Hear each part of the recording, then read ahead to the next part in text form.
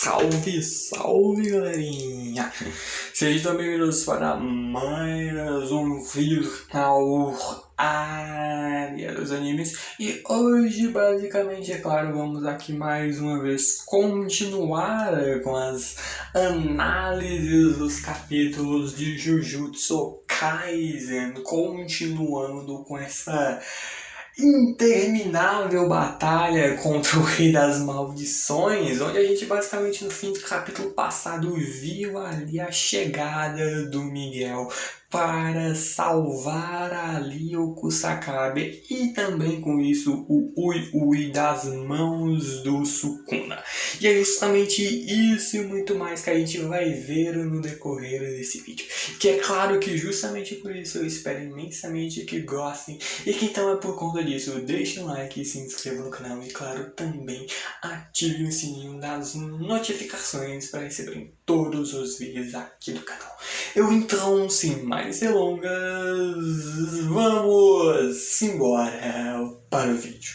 Bom, a gente basicamente começa esse capítulo com a chegada ali do Miguel ao lado também do Larry, que para quem não lembra era um dos caras que trabalhava ali ao lado do Geto, onde o próprio Sukuna, vendo que foi a técnica de um deles que salvou ali o Ui. Quando a gente vendo o Larry usando a sua técnica, um tanto quanto esquisita, porque ele cria uma espécie de mão gigantesca que passa ali a agarrar o corpo, não sabemos se vivo ou morto, do Kusakabe, mas por hora a gente vê de que aparentemente ele parece estar vivo. Conforme a gente volta ali um pouquinho no tempo, quando simplesmente o Yuta tentou convencer o Miguel a lutar contra o Sukuna e o mesmo na mesma hora simplesmente recusou. Ele mesmo se questiona: lutar contra um oponente que pode derrotar até mesmo Satoru Gojo? Que ideia é essa? Ele, Sukuna, é um monstro pior do que qualquer outro, porque ele teria de lutar contra o Rei das Maldições. A gente vê o Larry e o Yuta tentando convencer ali o Miguel, dizendo que essa criatura de poder imenso vai estar exausta depois da briga com o Gojo, então só pedem para que o Miguel ajude com um golpe final. Só que no fim das contas o próprio Miguel vê que até parece que o Sukuna vai ficar num estado esgotado e fofo, usando ali uma evolução significativa do seu japonês, como o próprio Larry fala, só que o próprio Yuta vê que a previsão é que os danos causados pela assimilação super sobreposta dos humanos com o Mestre Tengen não será exclusivamente do Japão. Bom, se um monstro ali para o Miguel aparecer como Godzilla apareceu, ainda seria melhor do que lidar com o Sukuna. Ele mesmo fala de que precisa pensar nos seus irmãos, então ele terá de recusar o pedido de todos eles. Onde no fim das contas a gente mesmo vendo que o Gojo, que ao ver o do Miguel era para estar aí, ainda por cima ele devia vir e curvar a sua cabeça. Mas no fim das contas nem isso, como um japonês, ele faz respeitando as boas maneiras. Só que o próprio Yuta fala: então quer que eu faça isso no lugar do Gojo? E o próprio Miguel zoando a personalidade sensacional do personagem, dizendo ali que tocou numa ferida do Yuta por fazer ali ele ficar um tanto quanto desesperado com toda essa situação, porque realmente eles estão desesperados pedindo ali a ajuda do Miguel para que ele ajude na luta contra o Sukuna. Só que o próprio Larry pede ali um tempinho e um espacinho pro Yuta para conversar um pouquinho a sós com o Miguel. Quando os dois ficam ali a sós, a gente mesmo vê o Miguel questionando ao Larry o que ele quer. O próprio Larry responde que, assim como o Miguel, ele só queria fazer o Suguru um rei. Isso mesmo. Como era o Getou, eles todos o seguiam. Ele também pagou a sua dívida de Shinjuku ao cuidar ali do Okotsu. Ele não tem mais o que fazer nesse país. Mas o próprio Larry, vendo de que ele, o Miguel, todos ali, Mimiko, Nanako, Manami, Toshihisa, todos que seguiam e amavam ali certamente o sogro, onde o próprio Miguel, com todas essas palavras, então começa a deduzir de que talvez o Larry esteja dizendo que eles deveriam se vingar pelo que aconteceu em Shibuya, por conta do corpo ali do Getou estar sendo usado pelo Kenjaku. Ou então dizendo que eles deveriam recuperar o corpo do Getou do Kenjaku. Bom, nenhuma dessas opções. Ele está dizendo para eles sentirem o luto juntos, como se eles fossem visitar o túmulo do Getou, comer um pouco e depois dizer que vão vê-lo novamente. Dizer que eles têm que dar o seu melhor e permanecer enquanto se dirige aos céus. Só que, bom, o Miguel sabe que o Getou de jeito nenhum vai pro céu, aquele lá vai pro inferno. Só que o ponto é de que com todas essas palavras que o Larry o dirigiu, ele meio que se sente convencido a lutar contra o Sukuna. Porque ele tem algumas condições. Ele não quer dar a sua cabeça de bandeja para alguém capaz de usar um domínio. Eles só então irão entrar em cena caso o Gojo e o Yuta percam e o Sukuna já não possa mais expandir o seu domínio. Só que o próprio Larry presta muita atenção no que o Miguel fala e ele ouviu nós. O que implica de que ele vai ajudar também? Bom, quantos mais amigos, melhores, já diria ali o próprio Miguel, que até ali vendo agora nos tempos atuais que o domínio do Sukuna está bem selado. A cortesia de Satoru Gojo, fora ali a gente mesmo vendo que parece um verdadeiro presente de despedida, porque além da técnica amaldiçoada reversa enfraquecida na parte de baixo, ele perdeu o braço esquerdo e o braço direito também parece inútil. Além disso, o seu coração já não está mais batendo. O próprio Miguel, sorrindo ironicamente com tudo isso, vê de que sente até pena, pois guardaram o melhor apenas para eles. O Sukuna, nesse mesmo momento, com a sua força absurdamente grande, facilmente destrói o prédio onde estavam ali o Miguel e o Larry. O Isha não parece mais estar aí por conta de que muito provavelmente deva ter vazado daí o mais rápido possível e levado também aparentemente o Kusakabe. A gente vê que a técnica do Larry começa então a entrar em ação quando ele estende ali a sua mão na direção do Sukuna e uma projeção gigantesca da sua mão surge na frente do Rei das Maldições e empurra-o com a força esmagadora contra a parede. Só que no mesmo momento, essa mesma mão, apesar de ter acertado o Sukuna, ainda é completamente destruída, o que faz com que parte do dano dela seja completamente mandada de volta para o Larry. A gente mesmo vê ali que enquanto isso, o Sukuna avançando ali na direção do Larry, enquanto ele começa a mandar vários dos seus cortes contra o Miguel, que, meus amigos, simplesmente desvia de todos como se não fosse nada, ainda metendo uma dancinha e desviando de cada um dos cortes do Rei das Maldições. E a gente mesmo vendo de que o Larry é arremessado para longe com um chute do Sukuna, mas ele consegue ali parar de ser arremessado contra uma parede ao agarrar a sua própria perna com essa projeção da sua mão gigantesca, quando a gente vê a explicação da técnica do Larry. O pegador de corações é uma técnica que pega o alvo. A mão imaginária poderá ser restaurada mesmo se for destruída, mas 1/10 do dano feito a essa mão será redirecionada de volta para o corpo real de Larry.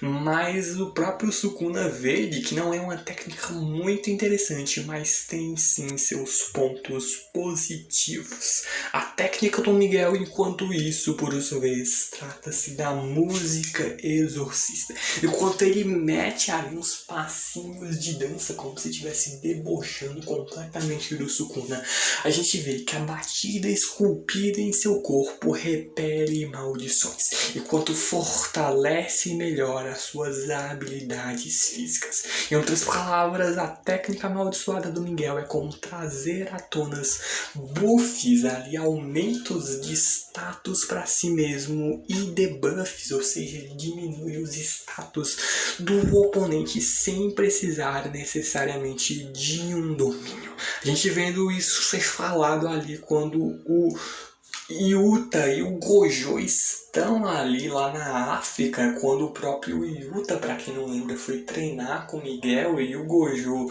deu-se a entender que foi ali também atrás ver como estava toda essa situação, e a gente vendo de que é uma técnica útil, mas não assusta tanto assim.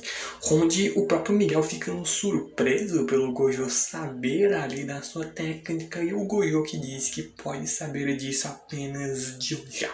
Mas o que assusta mesmo é o corpo do Miguel. Com 99% dos feiticeiros são japoneses, para o padrão japonês, o corpo do Miguel como um todo é raro. E fica ainda mais ameaçador ao se fortalecer com energia amaldiçoada. Só que o Gojo, ao falar tudo isso, soa um tanto quanto preconceituoso e até mesmo racista, porque o próprio Miguel diz que o Gojo está apenas o rotulando e o discriminando. Parece até que não podem existir negros que não são atléticos. E o Miguel, com a fala sensacional, sobe ainda mais, ao meu ver, como um baita de um personagem. Porque ele mesmo diz não ser especial por ser negro, mas sim por ele ser ele mesmo. O próprio Gojo, em meio a tudo isso, até se sente culpado e pede desculpas ali para o Miguel, quando a gente mesmo vendo o Yuta continuar com essa discussão sobre a técnica do Miguel, vendo de que seria então uma ameaça até para o Gojo. Bom, o mesmo não sabe dizer se isso faz muito sentido, mas numa competição entre o Miguel e o Gojo em habilidade física, só com fortalecimento de energia amaldiçoada e sem feitiços, o Gojo venceria uma maratona, mas acabaria perdendo o sprint. Ou seja, basicamente, para quem não sabe, sprint é uma espécie de corrida onde a gente tem ali um tempo específico para se correr, além de ter ali um terreno limitado, ou seja, não é uma prova de quem corre ali mais rápido. Em si, de certa forma, é, mas o que conta mais não é velocidade, e sim aceleração. Se a gente fosse comparar, o Gojo consegue manter a sua velocidade por muito mais tempo, mas se fossem para ambos ali, Miguel e Gojo numa corrida, um ao lado do outro, darem largada, o Miguel sairia ali numa arrancada muito maior do que a do Gojo, por conta dele ter uma aceleração, uma velocidade muito mais explosiva. Mas com o decorrer do tempo, essa aceleração do Miguel iria cair e o Gojo iria conseguir acompanhar e até mesmo superar o Miguel. Então, em termos de resistência, o Gojo aguentaria muito mais tempo do que o Miguel, só que de início a habilidade do Miguel tem uma potência muito mais explosiva. A gente volta ali pra luta quando o Miguel basicamente agarra um dos braços do Sukuna, e quando o próprio Rei das Maldições tenta acertar um golpe nele, ele desvia o punho do Sukuna com o outro braço e começa com isso a sentar porrada atrás de porrada contra a boca do estômago do Rei das Maldições, e continua ali com isso quando a gente vê basicamente a volta do Chozo ao campo de batalha, que tenta ali contra as costas do Sukuna acertar-lhe um sangue perfurante que de nada no fim das contas adianta. O próprio Sukuna então consegue ali, mandando que aparenta ser vários e vários blocos de concreto da parede contra o Chozo, mandando ele ali para trás, conforme a gente vê a chegada ali novamente do Itadori com seus punhos ali unidos como se fosse um verdadeiro martelo, vem sentando uma porrada contra o Sukuna de cima para baixo, fazendo o rei se curvar. E a gente vendo o próprio Sukuna com raiva, vendo que o Itadori ainda está. E nesse momento começa-se a explicação do narrador para a técnica do corte que rompe o mundo do Sukuna. Para ativar essa técnica, o Sukuna precisa realizar um sinal de mão chamado Enmaten, sendo este o mesmo utilizado para o Santuário Malevolente. No entanto, isso só aconteceu para as ativações depois, devido a um pacto realizado para o Gojo, após o Sukuna perder um de seus braços para o roxo.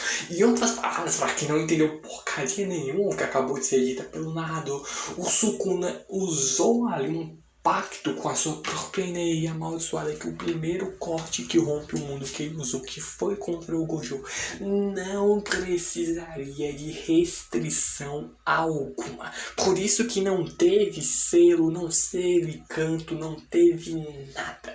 Ele simplesmente desferiu o corte contra o Gojo, que não sabia o que raios estava acontecendo, porque aí não teve preparação alguma.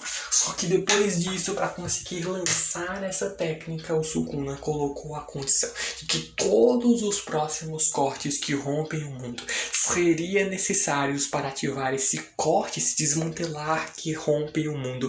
Todos os selos de mão que ele faz, o Enmaten, fora recitar os seus encantamentos. Além disso, ele precisaria apontar a direção do corte com a palma da sua mão.